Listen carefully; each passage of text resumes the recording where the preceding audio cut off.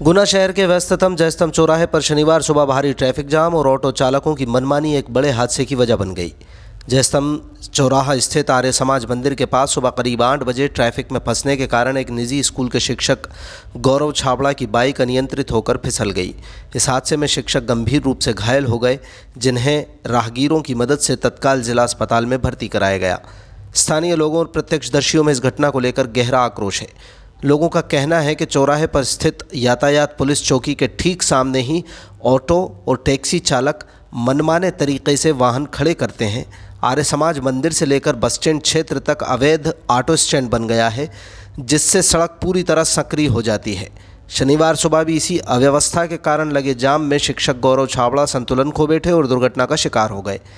चौराहे पर तैनात यातायात कर्मियों की कार्यप्रणाली पर भी सवाल उठ रहे हैं।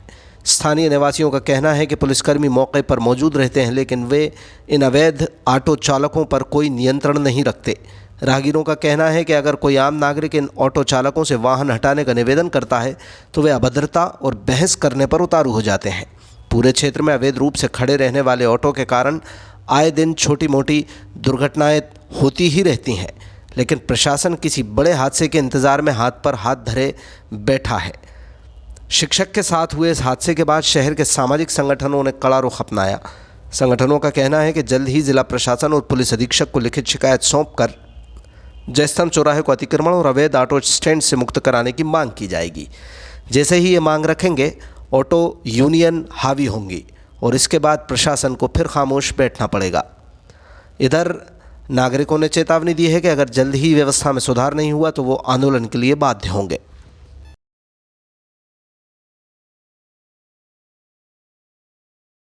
एक्सीडेंट तो ऐसे ही कुछ स्वयं स्लिप हुए, लेकिन स्वयं स्लिप होने का कारण है कि वहाँ पर बेतरतीब और अनाप शनाप जो वहाँ पर ट्रैफिक खड़ी रहती है। खास करके हमारे ऑटो जो है, दुनिया भर के ऑटो ऐसे खड़े रहते हैं जैसे इनका स्टैंड है पूरा घेर के। शिमला से लेके आप यहाँ जो ये राजपुरी उधर सेंटर है, लगभग ये मान लीजिए 100-200 मीटर में इतना ज़बरदस्त तरीके से क्राउडेड रहते हैं वो लोग, और पूरा रास्ता घेरते हुए केवल ये मान लो कि पैदल निकलने की जगह छूटती है। अब ऐसे में यदि कोई आता है, सामने कोई गाड़ी दिखे नहीं दिखे तो अचानक ब्रेक लगाना पड़े या कुछ भी हो, इसमें एक्सीडेंट की संभावना ज़्यादा बनी रहती है।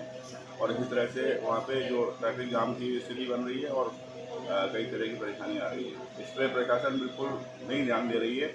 आए दिन वहाँ पे झगड़े करते हैं ऑटो वाले। यदि हम उनको रुके, उनको बोलते हैं कि आप थोड़ा साइड करें या उसको एक तरफ कर लीजिए, तो वो बिल्कुल किसी की नहीं सुनते।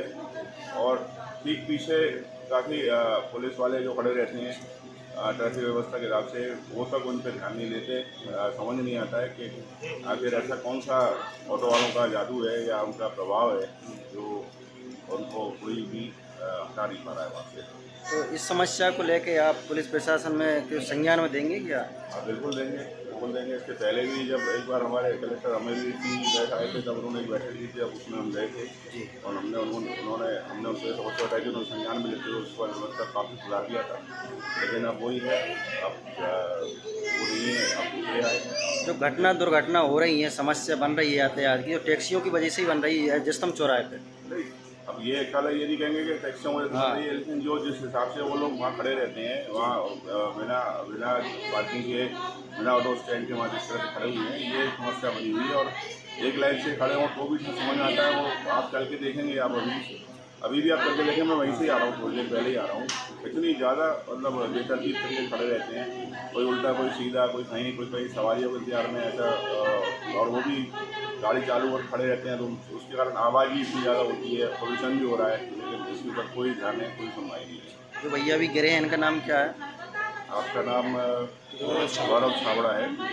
वहीं पे एक्सीडेंट हुआ है अभी? हाँ, आर्य समाज के सामने एक्सीडेंट हुआ है। आपका नाम क्या है? मेरा नाम आनंद कृष्णानी है।